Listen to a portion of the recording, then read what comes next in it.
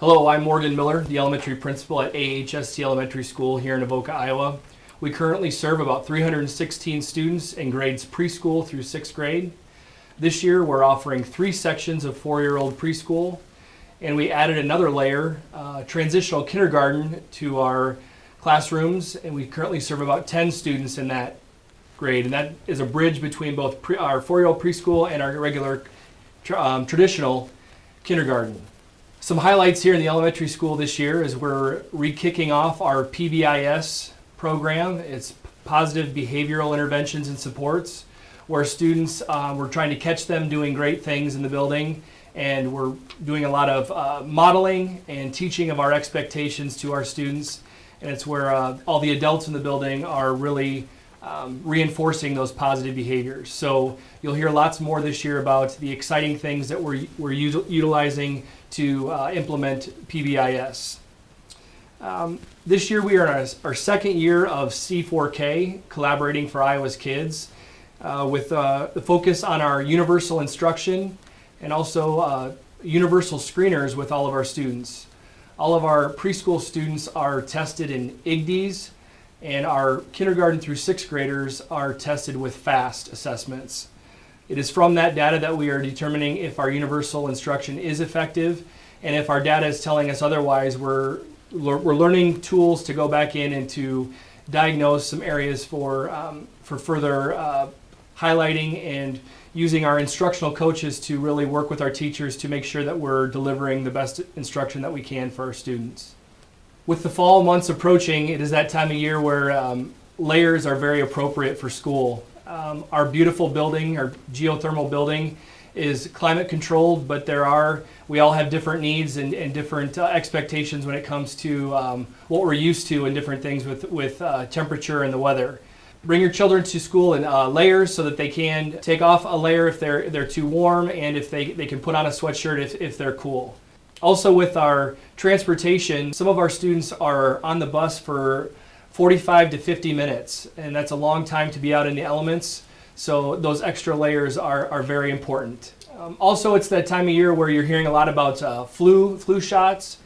Students, we're already seeing an increase in visits to the nurse's office. Remember, if your child is not feeling well, they are exposed to a lot of different people, and we do our best to make sure that we're washing hands and covering mouths when we're sneezing and coughing, but there are quite a few germs floating around here, so if your child is sick, be sure to take their temperature and really talk with them to make sure that they're feeling well and they're able to come to school and learn to their full potential.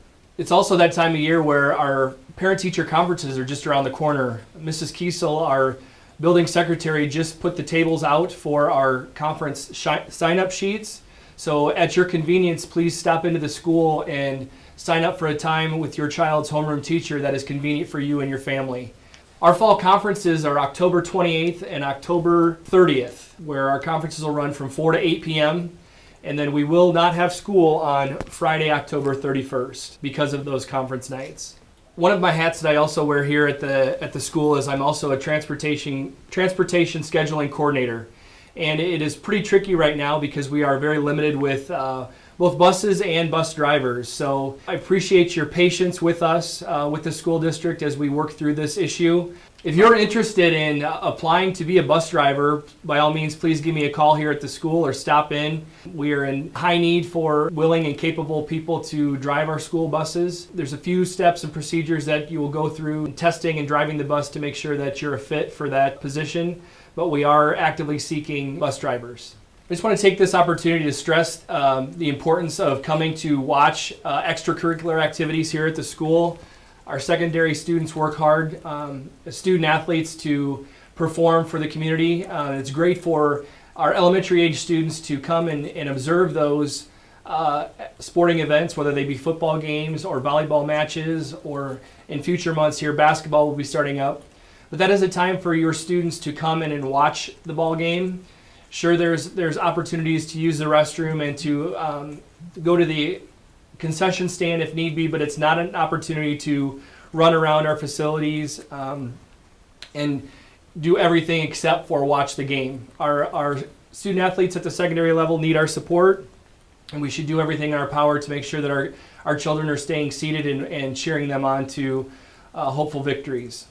Thank you very much for tuning in to this Viking Verbatim. AHST schools would like to thank Walnut Communications for letting us have this outlet to inform you, and thanks for watching.